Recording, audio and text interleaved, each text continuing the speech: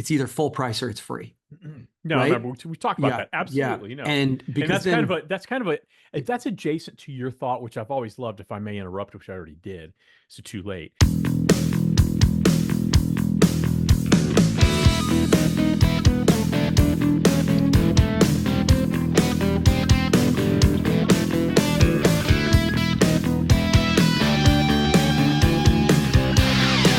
That's right. Promo UPFront, money in the pit, the mullet, a full podcast. I went from Phoenix, Arizona, all the way to Tacoma, Philadelphia, Atlanta, LA. And that is absolutely how we are starting off the Magical Mystery Tour, also known as episode number 219 of the Promo UPFront podcast. I am one of your hosts, Bill Petrie. With me, as always, let's call him the Staff Sergeant of Soup himself, the one and only Kirby Hasseman. Kirby! How the September are you? it is good. It's good. I don't know. My oldest daughter, who worked for me for a while, doesn't work for me anymore. Said to me, Yeah, you like, fired her. You fired her like I definitely did cold, not. right? I definitely Oh, did okay. not. I But made a she mistake then. goes, September's always really busy, and I'm like, I don't know that Mhm. I had really mentally made that connection. And this year, I'm like, oh no, Skylar is 100% right. I just Yeah. cannot keep the balls going as fast as I can. So I'm doing fine. And as a side note, super excited. I never know what the nickname is and what it refers to, and I know this time. I'm excited. Okay, so go ahead. Okay, I'm glad you know. I'm glad you know. Yeah, no, I can relate exactly what you're talking about. I was just telling you before we started the podcast. I'm not home for one Monday in September with a lot of speaking engagements and extracurricular activities, certainly that support the business Sometimes. in things like that. But definitely, definitely a pull on time and energy and resources. Not a bad thing, just an is. It's just that Mhm. time of year. And then because both my kids are seniors in college and we're planning in kind of the Oh, final so visits while they're in crazy. college, it is, but it's just like I feel like I'm not home until Thanksgiving. That's Yeah, kind of what it feels like, yeah. even though I'm coming to you live right in front of your naked, steaming eyes from here in my home in Franklin, Yeah. Tennessee. But hey, Kirby, with all the things that are going on, it's Yeah. it's a compression on time, right? I mean, it Right. is becomes a compression, a time issue. And that got me to thinking, Kirby, Okay. as things often do. Do you Yep. know what time it is? Oh yeah, it's pumpkin spice time. A negative Ghost Rider. It is absolutely not pumpkin spice time. That does not happen officially until September 22nd. I think that's well known, well documented I think in 13 or 14 states, actually, the law. No, Kirby, you're wrong. It's time to register to attend the undisputed original Super Bowl of the promotional products industry. That's right. Time to register for the one, the only PPAI Expo. Of course, it's taking place in fabulous Las Vegas, Nevada from January 13th through January 16th, 2025.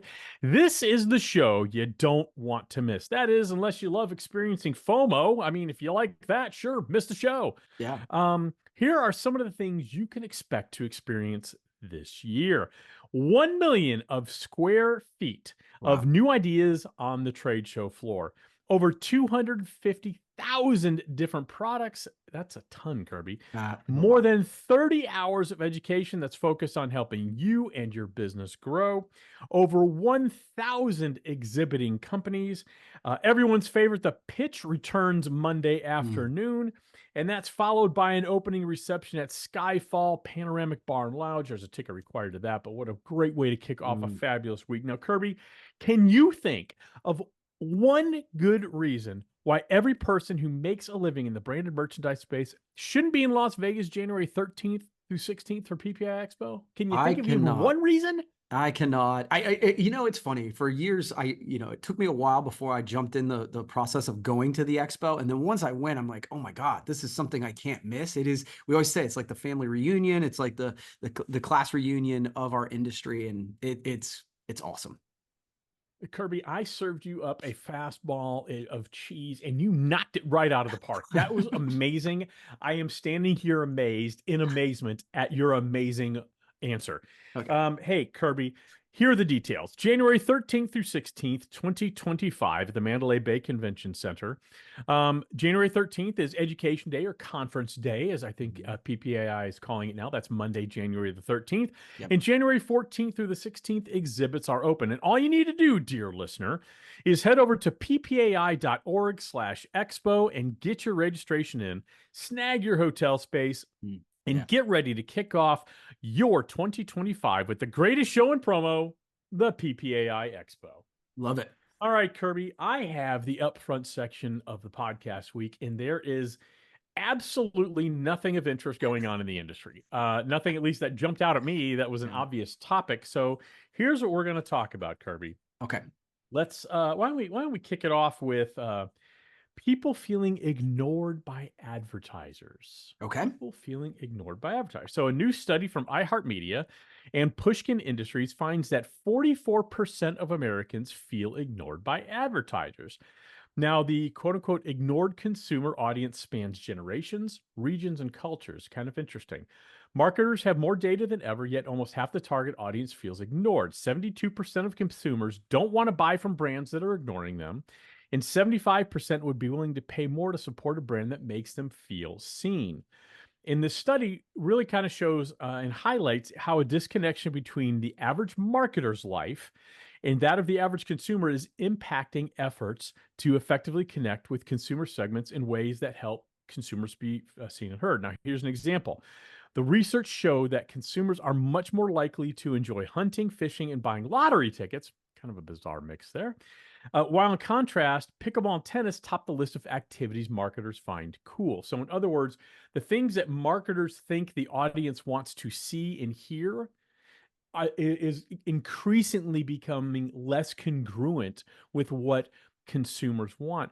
I wanted to get your opinion on that. I thought it was an interesting study. I thought the number, I mean, I think there's always going to be a segment of people that feel ignored, especially as you age. You know, there's a certain, that 18 to 35 is always kind of that sweet spot for advertisers. So there's always gonna be a segment of feeling a bit ignored, but 44% feels like a lot.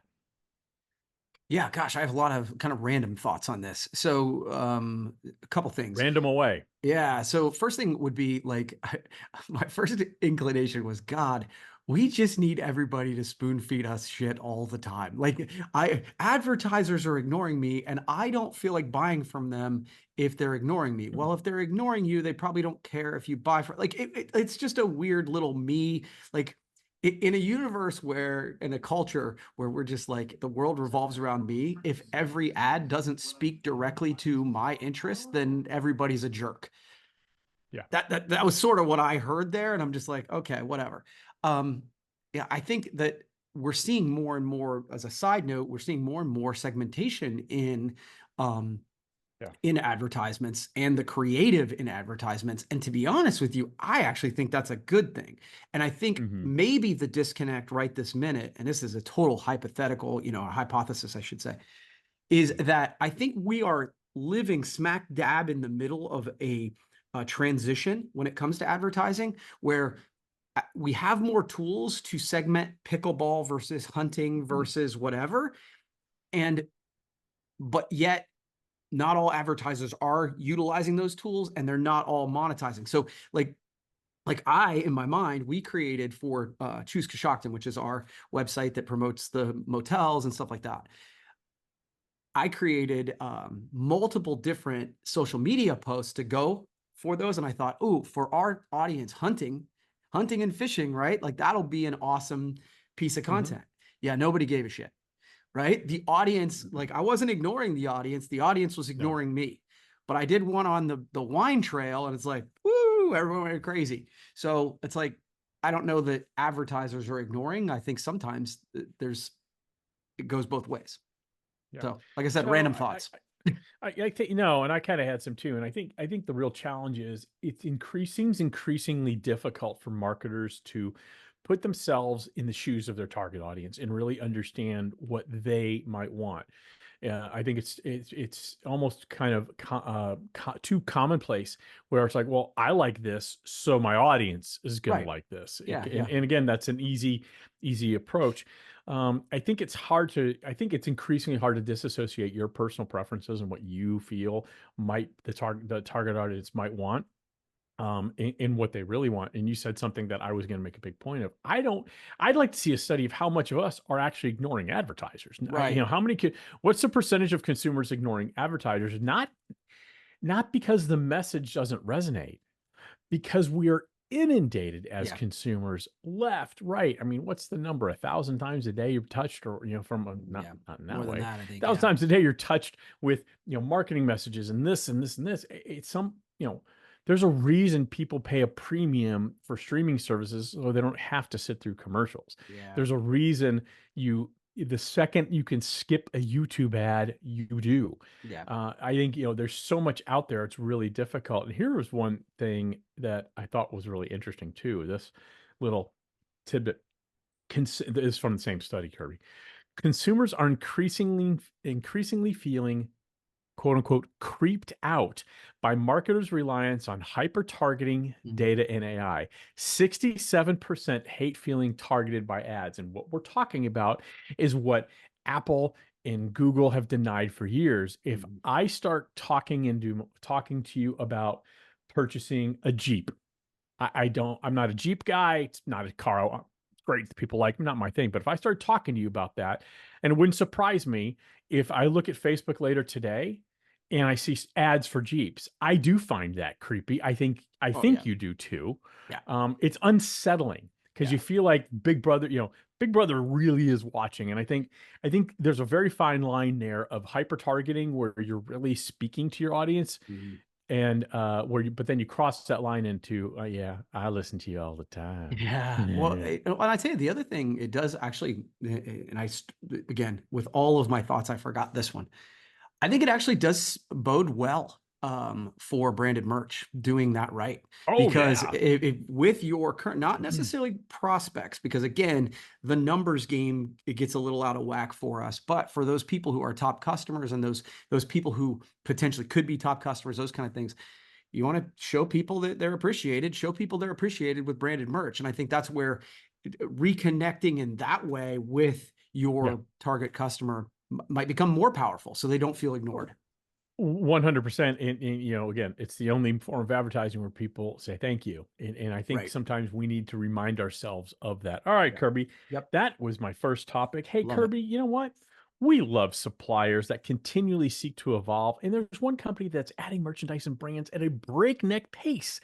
In the past few months, our good pals over at Hirsch have added Callaway apparel, a ton of Yeti, new Tangelo products, and even some new JBL merchandise. Heck, Kirby, they offer so many brands, it's almost impossible to keep up, which is why everyone, and I mean everyone, yes, you too, you need to go to visit HirschPromo.com to see all the fantastic offerings Hirsch has on their website. It's so many. Look, Hirsch, one company, over 60 different retail brands. So head over to HirschPromo.com today. All right, Kirby, do you have another topic you'd like to regale us with? Yeah, this is one I actually thought about this morning. And I think, and forgive me if I'm wrong on this, but I think you wrote a blog about this a little bit. It's at least tangential recently. So as an industry, we really struggle to value ourselves. And I think that, and then on the other side, I think sometimes because we don't value ourselves and our expertise and all that stuff, then we charge for stuff that's dumb. So and I think you and I've talked for years, but I think it's worthy of mentioning again, especially as we enter this crazy season. It's like, so many times we're giving away artwork for free. Oh, and I think sometimes that makes sense, but so often it's just a default. Like a lot of distributors, we get end column pricing for from suppliers, and we automatically pass that along. Creative, and not just artwork, but actual creative, we give it away. Speaking, we're expected to do that for no cost. A lot of times in the industry, the expertise that we have in the industry, sometimes we just don't value, and it drives me crazy. And then suppliers, then on the other side, are like charging for proofs and things like that, where it's like, okay, charge me for the artwork, sure, but is there anything we can do other than rail against the wind, or is it just as simple as, hey, maybe the industry doesn't do this, but I do. I'm putting a line in the sand and saying I'm charging for my time.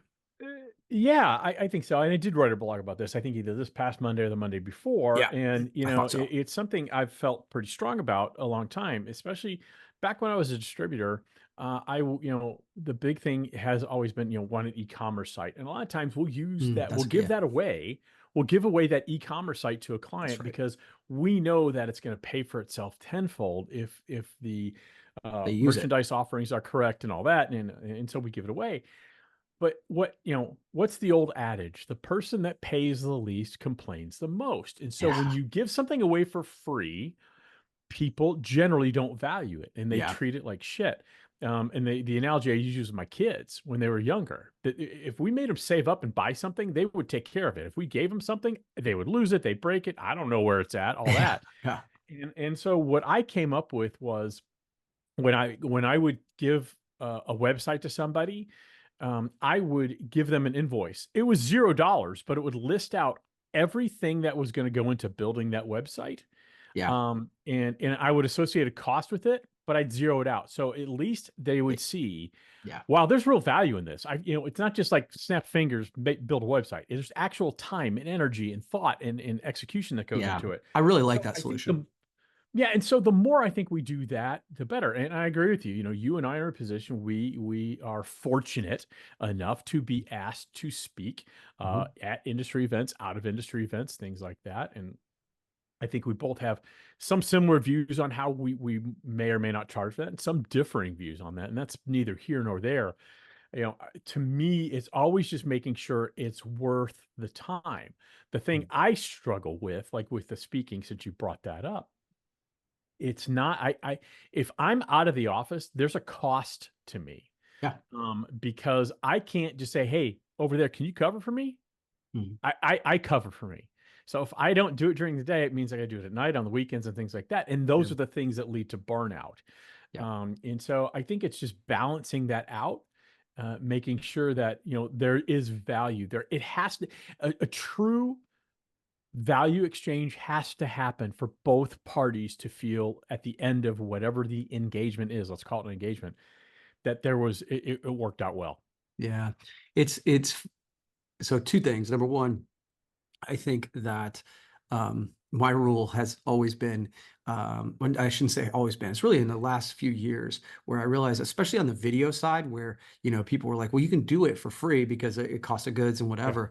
And when I was working with a nonprofit or whatever, finally created a rule that was like, it's either full price or it's free. No, I Right. remember we talked about Yeah. that. Yeah. Absolutely, no. And And because then, that's adjacent to your thought, which I've always loved, if I may interrupt, which I already did, so too late. It's either a hell yes or it's a no. It's right. very similar. It's a very, Yeah. tangential, congruent. That's the second time I've used the word congruent today. It's awesome. If Third. way you think. Yeah. Well, again, I think it's one of those things that has to come back to whether or not you value your own time. Like, because Yep. people will say, well, my clients don't value my time. Well, but you train No, people how to that's treat you. you. Like, you know what Yep. I mean? Like, so Absolutely. again, I don't know that we're going to solve any big issue, but it is one No. of those things where I see it's like, guys, like if you're putting in your area of expertise, because our thing is like, okay, like, it is funny to me how often where a client will be like, I don't have good art. Okay, it'll be 30 Yeah. bucks for us to clean it up. Hang on a second. Let me go look again. Well, Like, oh, okay. So you did. I, you said something. I don't think, what we may not solve it. Maybe here is a solution. I think we are so quick to immediately say yes to things. Mm. We put thought into why we would say no to things. Well, gosh, maybe I shouldn't do this. And we want to say no. And so we'll put a lot of thought in how we say no. Maybe we should start flipping that script a little bit, putting some thought into how we say yes. Why do, I volunteer a ton of my time. Mhm. And you know this, and I know you do as well. And that time has value to it. And Right. but there is where I'll just create a line of demarcation. I'm not either going to do that, or I'm not gonna. I'm not participating because I can't keep giving, giving, giving. and I think everybody feels that way. So I've started to really flip that script and start thinking of, okay, I want to do this, but why do I want to do this?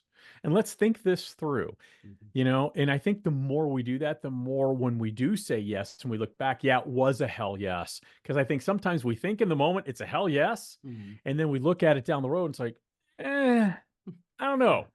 Well, again, I think what happens is you do want to help, right? And if course. if I'm being honest, from an ego perspective, like it's flattering when people ask, right? You want to be on this board? You want? Oh, wow, okay, yeah. Right.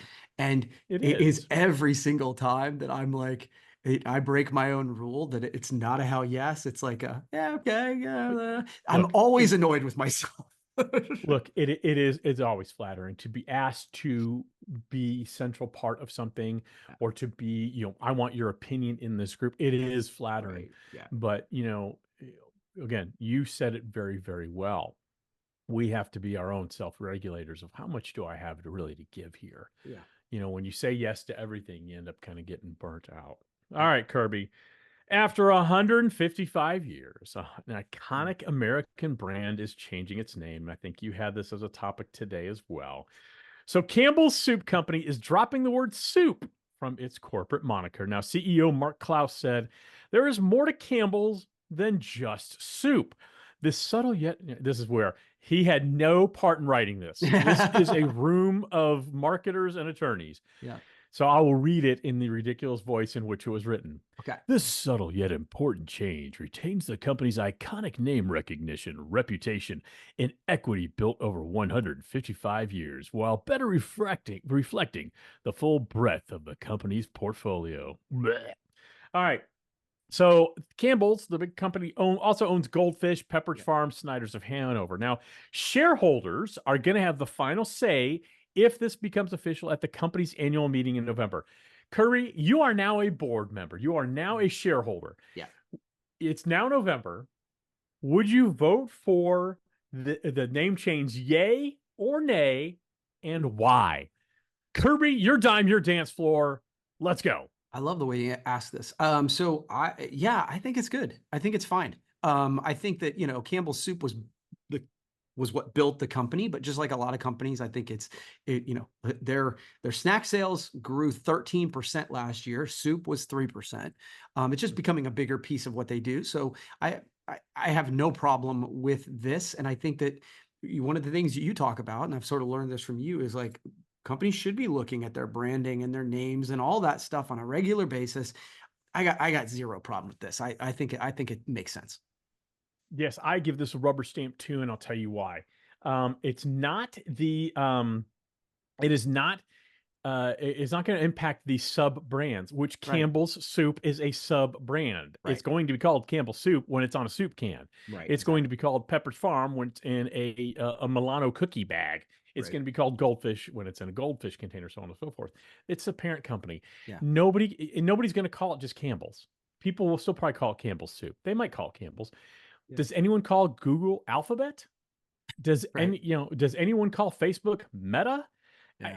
To me, it's kind of it is smart, but I do think it's thoughtful. It's a very thoughtful. I don't think they're going to change the colors. I don't think they're going to change the font. It's just we're dropping the name Soup from the overall umbrella company. I think it's smart. I think it makes sense because as there's more aggregation, especially in the food space, I think it makes all sense in the world. So yes, from board members Petrie and Hasseman, go ahead, Campbell, fire away. Got one more topic for us, Kirby? I do, and I'm going to give you a choice. Do you want to talk cars or football? Football. Okay. I would like to talk about the football, Kirby. Okay, cool. So I'm sure you've seen this. I got my glasses on so I can read. Tipping is such a big part of our life. We've actually now managed to add it to football. Oklahoma State, which has, obviously opened its season. Fans can now donate to the school's name, image, and likeness, NIL fund for student athletes through QR codes on the back of helmets. So fans at home can literally scan the codes on their TVs and photos that show up on social media, whatever, to pass the players a few bucks for their effort. So it's so funny because it's like, Mike Gundy is saying, hey, we're just taking this new thing and we're doing it. You know, Brian Kelly, who used to be with Notre Dame as LSU, you know, voiced his displeasure saying it doesn't feel very collegiate to me. Now, you know, LSU is raising NIL money through collecting $8.99 per month streaming. Apparently that's collegiate, but the QR code thing on the back of the helmet specifically, I just thought was kind of a fun, quick topic. But what do you think about this? First of all, I don't know what is collegiate about collegiate football anymore. Yeah, you're fair. It is basically pro football at this point, which is, you know, it's an evolution. And you know, we talk about it, but on game day, I'm still there and I'm watching it and I'm loving it. So it doesn't impact my experience. My understanding is that whole QR code thing has been now disallowed by the NCAA. Really? Okay, I apologize. I believe so. Yeah. But if let's say I'm wrong and it hasn't been, I think it should be. I think it there, you know, it's a very slippery slope. All the name, image, and likeness or NIL money that's coming through college football, and I think it becomes a slippery slope, and it almost, you know, it's such a strange dichotomy to me, both with professional and college athletics, how they are so, for years, you know, we don't want to do anything with gambling. We don't want anything to do with bettors. And now it is, they're in bed with them. But boy, if any player approaches anything improper, they're going to get hammered. But I mean, you're in bed with all these organizations, to the point where the quarterback from Auburn came out this week and says, after a loss, I get Venmo money requests from fans because we lost the game and they lost a bet. I mean, we've really reached a point of idiocracy in this stuff. So I think having a QR code on the back of the helmet, not a good idea. Having a QR code selling streaming services, I don't have an issue with that. Having a QR code like on a commercial, hey, if you want to donate to our overall scholarship fund, our you know, our collective, whatever you want to call it, I don't have an issue with that. When it's individual players, that to me feels like, okay, if I pay him a little bit more, maybe they'll tank the game. I mean, I think, again, there's a lot of boundaries there. So the QR code on the individual helmets, I think is, even though I don't know how you'd snap that, boy, they're really hard to get that, get that QR code. You'd have to be quick on the trigger with your VC or your DVR. But I don't like it. I think that's a little too much. Okay, cool. You know, I think I totally understand where you're coming from about the unintended consequences. To me, it's like we're either doing it or we're not doing it, right? Like I like the idea of doing a QR code. I agree. That you're doing a scholarship fund. Well, that's fine, but you could have done that before name, image, and likeness was a thing. I mean, if the whole idea of the idea of name, image, and license is that they could capitalize on their own image and likeness, right? Like, so. Right? I mean, that was the I said concept. Scholarship fund, and that was a that was old. That's the old way of doing things, right? You can donate to the school's general scholarship fund, right? Which who knows how that money was used. Now each school has a collective, Sure. and you can donate to that, and that is what goes to pays players. That's what I really meant, not a scholarship fund, more of the collective. So I apologize for that. Oh no, that's no big deal. Like I said, I'm hardly an expert on this. I thought it was an interesting use of the technology and an interesting use of you know, money. Yeah. Well, like I said, apologize for my a little bit of misspeaking there, but there's something I'm absolutely not going to apologize for, Kirby, and that is going to be being out of the office for a week in January, because I'm going to be at the PPAI Expo with thousands of industry professionals. I'm going to see 1 million square feet of new ideas on the trade show floor, over 250,000 different products, 30 hours of education that's focused on helping you and your business grow. Man, it's going to be awesome. And everyone's favorite, the pitch, going to return Monday afternoon. You're going to see over 1,000 exhibiting suppliers. So, hey, hopefully you've enjoyed the podcast. Go ahead and open up your portable Google machine or your desktop Google machine and type in ppai.org/expo. Get your registration in. Kirby's doing it right now. He's not even listening to me. He's doing it right this very second, right in front of me. Go ahead and register for PPAI Expo. Grab your hotel space. Get your ticket to the Skyfall, the opening reception at Skyfall Panoramic Bar and Lounge. Kirby's doing it right now. He's showing it on his phone. It's amazing. That's technology, kids. That's right. Go ahead and use it. But join both Kirby, myself, and everybody else who's anybody in the industry at the 2025 PPAI Expo in fabulous Las Vegas, Nevada. Now, Kirby, I look forward to seeing you in about 72 hours because you and I have a speaking gig, not together, but we're both speaking at the Gap Fall Showcase, and should be a good time. So I'll see you in Can't wait. Hotlanta.